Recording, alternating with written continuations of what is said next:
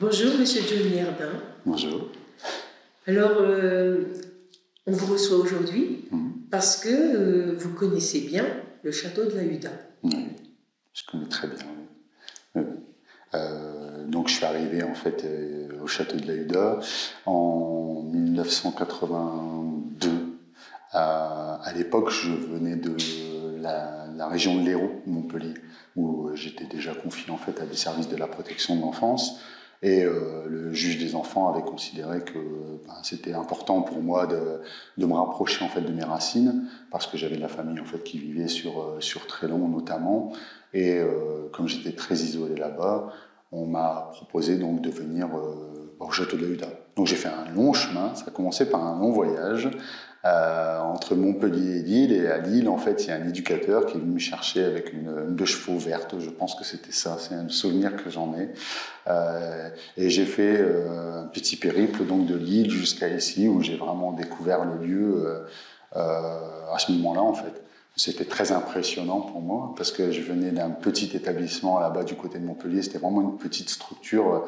Il y avait une pouponnière et puis juste à côté un groupe de jeunes, mais vraiment une petite dimension. Et là, tout d'un coup, je suis rentré vraiment dans un domaine. Voilà, c'était un peu la question. C'était ça le château en fait. Il faisait très gris. Je me souviens qu'il faisait très gris. Mais voilà, ça a été mon premier souvenir. Ça a été ça. Ça a été d'arriver, de rentrer et de voir vraiment quelque chose mais d'immense. Donc un magnifique terrain d'exploration. Vous aviez quel âge? J'avais 9 ans, je pense, c'est ça, j'avais 9 ans. Hein. Ouais, c'est ça. Donc c'est ça, 9 ans. Et voilà, donc tout jeune. Après, en plus, comme j'avais beaucoup voyagé entre-temps, avec très très peu comment on appelle ça, de repères par rapport même à Trélon, même tout ça, quoi. J'étais vraiment complètement... Au début, j'étais quand même très perdu, quoi. Voilà.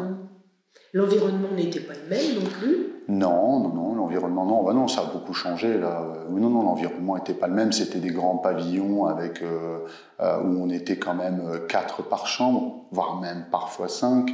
Avec, à l'époque, au tout départ, quand je suis arrivé ici, il y avait encore les douches collectives sous le réfectoire. Lieu où on se rendait pour prendre nos douches avec des grands bancs en bois, avec des chaînettes, je me souviens, j'ai souvenir des bouteilles de shampoing aux orties et aux œufs qui étaient immenses, et puis les éducateurs comme ça.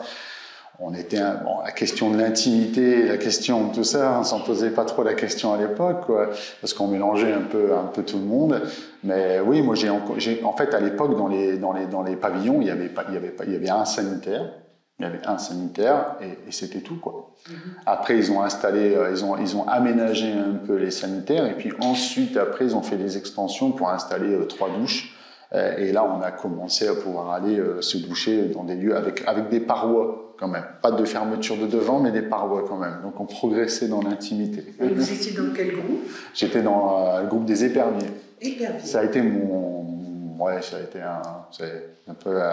Comment on appelle ça? J'ai une profonde identification aux éperviers. Moi, je pense qu'à l'époque, tout était fait un peu pour qu'on s'identifie alors, avec même des petites querelles de clochers, c'est-à-dire qu'il y avait les élans, qui étaient les grands, qui étaient considérés comme les plus autonomes, et puis il y avait les éperviers, il y avait les renardeaux, les isards, enfin, il y avait vraiment à chaque fois les sylphides qui étaient à l'entrée, et vraiment les très très grandes, qui captivaient toujours un peu notre attention parce qu'elles étaient grandes pour nous les garçons, et puis il y avait les pâquerettes, enfin, etc. Quoi, il y a des groupes qui ont gardé les mêmes noms. Oui, ça c'est incroyable. Sauf les éperviers. Sauf les éperviers, incroyable. On a fini par disparaître en fait. L'épervier s'est tellement volé haut qu'il a disparu. Et alors, dans l'encadrement, vous vous souvenez de personne? Oui, plusieurs personnes. Je me souviens très très bien. Il y avait donc à l'époque, moi quand je suis arrivé, il y avait déjà Thomas de Santis, il y avait des gens comme Agnès Vinchon, Daniel Verbiste. Il y avait Jean-Michel, mais alors j'ai oublié son nom de famille.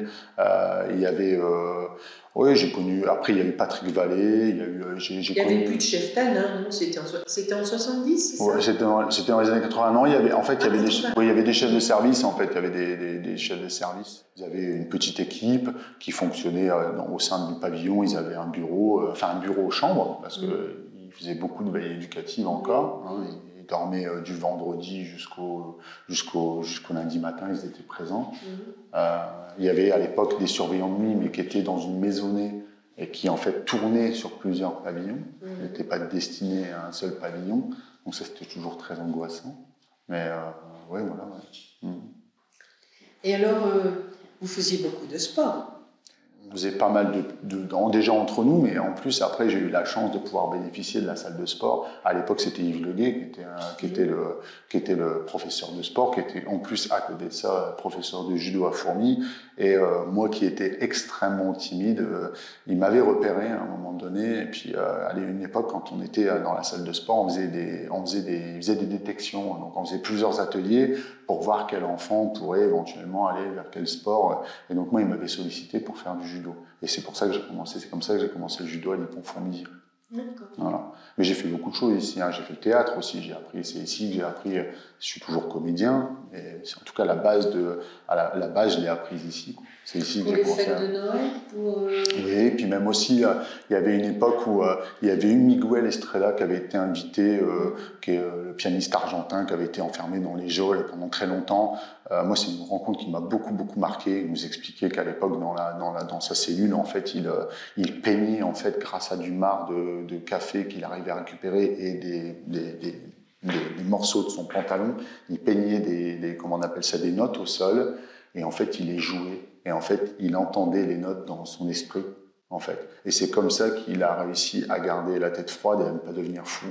Et donc, on a eu la chance de rencontrer cet homme-là, ici, en étant au Château de l'Aïda. Moi, c'était une rencontre qui m'a beaucoup marqué. Et à l'époque, on avait joué Pierre et le loup de Prokofiev. Alors moi, j'étais le loup. Alors c'est pareil, j'avais été impressionné parce que les petits-enfants, les petites filles, à la fin, venaient me voir et me demandaient de me faire des bisous parce qu'elles avaient peur du loup. Donc c'était assez, pour mon âge, c'était assez impressionnant d'impressionner d'autres enfants, en fait. Voilà. Mais oui, j'ai vécu des... Voilà,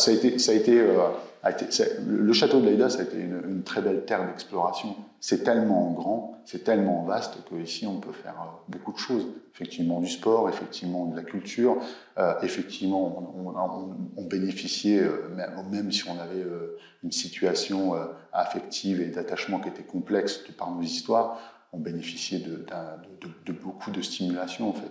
Pour pouvoir, moi j'ai appris à faire de la planche à voile à l'étang du Rion, par exemple. J'ai passé mon premier niveau. On avait le projet de faire une course entre Calais et Douvres en planche à voile. Enfin, on a fait des régates sur le lac du Val-Joli grâce au fait qu'on avait appris à l'étang du Rion par le biais des optimistes. Après, je suis passé au 320, par exemple. Enfin, j'ai vraiment fait des choses. On allait faire de l'équitation au Pont-de-Saint. Même à une époque, on faisait aussi là-bas, ils avaient un circuit où on pouvait faire de la moto, de la TC, etc. On baignait vraiment. C'était un lieu d'expériences multiples. Ah oui, et puis d'exploration. Parce que je peux dire que ce qui se passait juste derrière la salle des sports, quand vous arriviez à passer au-dessus et que vous alliez rejoindre le petit étang qui, quand l'hiver il était gelé, on pouvait aller dessus, patiner. Alors qu'on n'avait pas le droit, hein, mais voilà. Quand on allait du côté du château d'eau, quand à l'époque le foyer de vie des éducateurs fonctionnaient et que donc de temps en temps ils faisaient des soirées et qu'on allait se cacher pour voir un petit peu quelles étaient leurs vies quand ils n'étaient pas avec nous. Enfin, il y avait vraiment beaucoup de choses. Le réfectoire, et où de temps en temps on passait par la porte sur le côté, et puis que les cuisiniers nous donnaient, quand on était plutôt des gentils garçons, des gentilles jeunes filles, ils nous donnaient des trucs un petit peu comme ça, hein, discrètement. Pour une faveur, quoi, offrir une faveur, quoi. Alors, ça a l'air de rien, mais juste une petite barre de Mars ou un truc comme ça, c'était toujours sympa. Ce sont les coulisses de la maison. Oui. Même la nuit, parce qu'il y avait une vie la journée, mais il y avait aussi une vie la nuit, considérant que le surveillant de nuit passait dans les 4, à peu près, je crois, c'était 4 pavillons. Il se passait beaucoup de choses une fois qu'il était passé. Voilà, des choses drôles. Parfois moins drôle, hein, parce qu'il y avait aussi un système de hiérarchie dans ces groupes. il y avait un peu le leader, un peu le caïd du groupe. En tout cas, moi, j'ai connu ça aux Éperviers quand je suis arrivé. Et puis, il y avait les lieutenants, et puis puis après, il y avait les bleus, quoi, ceux qui venaient d'arriver. Moi, j'ai été un bleu aussi, hein, j'ai participé à ça, quoi. Donc, j'ai connu ça aussi. Donc, il y avait aussi toutes ces rites de passage, rites d'initiation, contraints parfois, qui n'étaient pas plus agréables. Mais puis après, il y avait aussi des rites de passage qui étaient plus marqués du point de vue de l'association, et c'était toujours très intéressant. Ce qui, à mon sens, se ritualise beaucoup moins aujourd'hui, et c'est un peu dommage. Oui, il y a le côté des enfants dont on ne parle jamais. Tout ce qui se passe entre eux, les enfants, qu'on ne voit pas forcément. Ah ben, bien évidemment, oui, bien sûr. C'est un monde un peu caché, tout ça. Ouais. Si c'est pas un monde de souffrance, si c'est comment je vais dire, si c'est pas trop difficile à vivre, c'est bien ça. C'est sûr.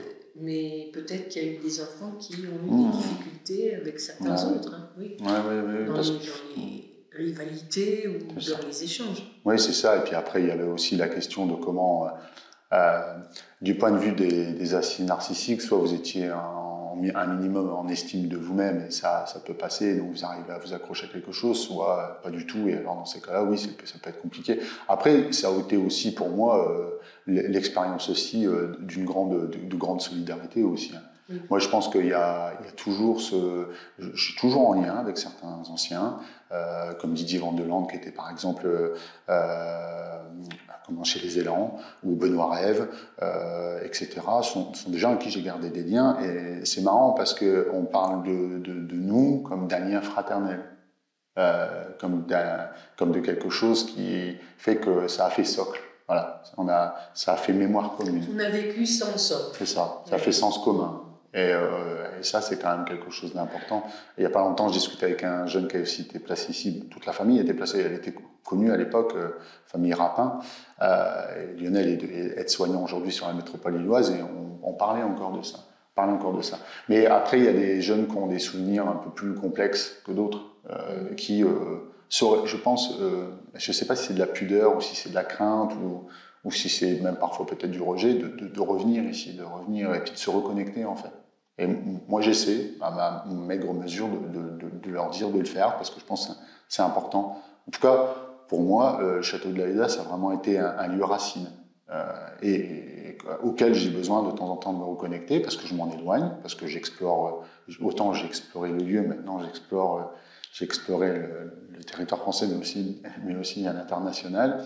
Et ça fait toujours du bien de se reconnecter de temps en temps à ses racines quand on se perd un peu. C'est un retour vers son enfance. Oui, plus tout le monde, à un moment, se souvient de son enfance, et c'est normal aussi que vous reveniez vers l'enfance dans un moment qui était plus difficile que pour les autres, puisque vous n'étiez pas avec votre famille. Oui, c'est ça. Ah oui, moi, pas du tout. Enfin, on faisait partie de ces enfants qui ne rentraient pas, en fait. Vous ne rentriez jamais.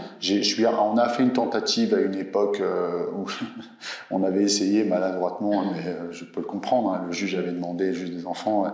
Et je me rappelle que mon père habitait sur la ville de Fourmies, et j'étais allé avec un éducateur, et en fait on avait sonné à la porte, et en fait il pensait que c'était quelqu'un qui voulait lui vendre quelque chose, donc j'avais reçu un accueil absolument effroyable. La porte s'était claquée, j'étais comme ça de tout quoi, et puis j'avais l'éducateur en mode escalier qui me disait vas-y. Et bon, voilà, quoi. Oui, il était tout près, Fourmies. Oui, Fourmies, c'était tout près. Et puis pour autant, après, c'est des personnes qui avaient reconstruit leur vie. Et puis dans la vie dans laquelle ils étaient, je pense que c'était pas quelque chose qui était envisageable complètement. Donc ça s'est fait, ça s'est fait. Je suis retourné parfois, mais ça s'est toujours construit de manière tellement artificielle que ça manquait de spontanéité. Donc après, au bout d'un moment, vous sentez que vous n'êtes pas complètement à votre place quand c'est comme ça. Donc vous revenez. Alors moi, j'ai même eu au point où ça a été compliqué de quitter cette maison, c'est que quand il s'est agi d'aller au foyer des Rouets, je ne voulais pas aller au foyer des Rouets. Donc j'avais écrit à M. Boudard, j'avais obtenu une dérogation un peu spéciale, parce que normalement le circuit était qu'il fallait aller au foyer des Rouets, et moi je ne voulais pas quitter le château de Haida. C'était vraiment un lieu où je me sentais vraiment sécure. Voilà. Ça aurait été un lieu qui, pour moi, aurait été sécure. À tel point qu'à partir de là, s'est construit différentes choses dans ma personnalité, dans ma construction, qui ont fait qu'aujourd'hui, j'en suis là. Mais pour les Rouets, ça a été un peu plus compliqué pour moi. J'ai trouvé moins de repères. Voilà. Ça m'est apparu moins familial. Là où ici, j'avais trouvé voilà, mon petit équilibre, mon petit microcosme. Voilà. J'étais un peu chouchou de certaines personnes, certaines dames de maison, certains cuisiniers. Voilà, bon, c'était bien. J'avais mon petit... J'étais confortable. Voilà, j'étais confortable. Alors, vous avez parlé tout à l'heure de M. Boudard. Oui. C'était le directeur de l'époque. Et... Même le père symbolique. Oui. Oui. Ah oui. Oui, une personne très centrale. Ouais. Et vous passiez quelquefois devant le bureau, ou vous alliez au bureau quelquefois? Alors, j'y étais très rarement. Bon. Parce qu'il était à considérer que quand on passait par là, c'est que ça n'allait vraiment pas bien. Et je crois que ça m'est arrivé une fois. Alors, de passer par le bureau, parce qu'une autre fois, quand on avait fait la représentation à Pierre et Leloup de Prokofiev, je crois, enfin en tout cas quand il y avait eu la présence de Miguel Estrella, j'avais eu la chance. Alors pour moi, j'avais eu l'impression d'être invité dans une ambassade. Hein. J'avais la chance d'être invité à passer par l'autre côté. Je me rappelle qu'il y avait un chandelier hyper lumineux. Enfin, j'étais rentré chez Monsieur Boudard, qui était pour moi, voilà, ici. Voilà. Mais oui, je suis pas. Alors, ce que je disais, en fait, on l'observait, en fait, parce que le soir, il était dans son bureau tard. Et vous aviez raison tout à l'heure de dire, et c'est vrai, c'était plus sombre avant le bureau. Et il y avait toujours cette petite lumière sur le bureau. Et lui, il travaillait très très tard. C'était vraiment. Je pense symboliquement, attention, hein, je place bien les mots là où il faut, mais c'était une place un peu de père symbolique, mais je pense pour l'ensemble de la maison. Je ne sais plus combien de temps il est resté, M. Boudard, mais 38 ans. Ah oui, vous voyez, quand même, c'est pas rien, ça marque, quoi. Donc, voilà. On voyait, après, on voyait aussi, c'était l'époque où encore, ici, il vivait ici, excusez-moi, ici, M. Boudard, et ses enfants venaient, ils ont grandi, et puis ils venaient ici, ils venaient de temps en temps faire même de la moto, des fois on les voyait passer, enfin voilà, quoi. On était vraiment... il y avait une réelle proximité, en fait, avec on savait qu'il fallait qu'il y avait tout un certain respect et une certaine distance à respecter parce que c'était important, mais il y avait aussi malgré tout une certaine proximité en fait, qui faisait que... Et il rassurait. Mais après, voilà, il rassurait et en même temps c'était, vous savez, c'était la question des limites symboliques. Vous saviez que si vous alliez là-bas, de temps en temps, quand vous vouliez faire une bêtise, vous disiez, bon, j'ai pas trop envie de finir chez Monsieur Boudard. Déjà de passer dans les fourches Claudine de Claudine, avec tout le respect que je dois, parce que je l'aime énormément, je l'apprécie énormément. J'ai dit tout à l'heure, c'est quelqu'un qui m'a beaucoup inspiré, parce qu'elle était sévère, mais elle était juste. J'aurais certainement jamais eu l'occasion de lui dire de vive voix, mais voilà, c'était quelqu'un de chouette, Claudine. Voilà, quelqu'un que j'ai beaucoup aimé. Elle était très gaie, hein. Ah oui, très, oui. Très amusante, moi j'aime bien amusante, oui, pétillante, vraiment gentille, sérieuse, sévère, mais juste, voilà. Et ça m'a fait rire parce que il y a pas mal d'années de ça, j'ai rencontré des jeunes dont je me suis occupé quand j'étais éducateur, mais après avoir quitté les fonctions d'éducateur, et ils m'ont dit le même mot, sévère mais juste. Et c'est marrant parce que ça m'a fait penser à des gens comme Claudine, qui ont beaucoup marqué. Mais tout comme une éducatrice comme Danielle Verbiste, par exemple, aujourd'hui, si chez moi, je fais un peu tout, je suis capable de tout faire, ranger, nettoyer, faire à manger, repasser, etc. Je le dois en grande partie aussi à des gens comme Danielle, qui ont été des gens très sévères au quotidien, qui aimaient beaucoup l'ordre, qui aimaient beaucoup... On devait à chaque fois bien ranger nos armoires, faire nos lits correctement, brosser nos chaussures, ça c'est quelque chose, même encore aujourd'hui, c'est marrant, je garde des réflexes de l'époque, mais qui peuvent paraître un peu désuets, mais je vois que mes garçons, je leur transmets un peu, et c'est assez marrant, mais c'est des gens comme ça qui m'ont transmis ça. En fait, c'est beaucoup de rencontres. Oui, énormément, oui. Des rencontres qui éduquent, qui forment des modèles. Oui, c'est ça. Des relations, des inspirations, parce que j'ai eu la chance de rencontrer des gens qui m'ont beaucoup inspiré. Bien évidemment, et encore une fois, il y a aussi des moments où c'était beaucoup plus compliqué, où ici il y avait des moments très difficiles dans ces maisons, parce que il y avait quand même des moments de violence complexes entre jeunes. Avec les professionnels, c'était pas toujours évident, mais il y a eu aussi beaucoup de bienveillance et beaucoup d'attention qui était portée. Alors on ne disait pas il y a des mots qu'on ne dit pas. Je dis toujours, j'ai traversé un petit peu ce désert affectif qui veut que ces mots-là, on ne les dit pas. Aujourd'hui, on les dit un peu plus aisément, mais bon, parfois on n'a pas besoin de dire pour dire qu'on prend soin. Quelqu'un comme Claudine aimait les enfants vraiment. Vraiment. Voilà, j'ai rencontré des éducateurs, j'ai rencontré des maîtresses de maison, j'ai rencontré des cuisiniers, bon, il y a eu des gens comme Yves, etc. On sentait qu'il y avait vraiment cet amour de la transmission, il y avait quelque chose. Quoi. Ouais, quoi. Alors vous êtes allé à l'école. Où est-ce que vous êtes allé à l'école ici? Moi j'étais à l'école primaire, qui apparemment, je crois qu'aujourd'hui, a été baptisée... Rue Nébry. Ouais. Ouais. C'était un ancien directeur d'école, Nébry. Et alors vous êtes allé là à 9 ans, et puis après vous êtes allé au collège? Au collège de Nusora. Voilà, on y allait à pied d'ici, on partait, on revenait manger le midi, on repartait et on revenait le soir. On faisait beaucoup de marches. Et alors la scolarité, ça marchait bien? La scolarité, ça marche. Alors, au collège, ça marchait très bien.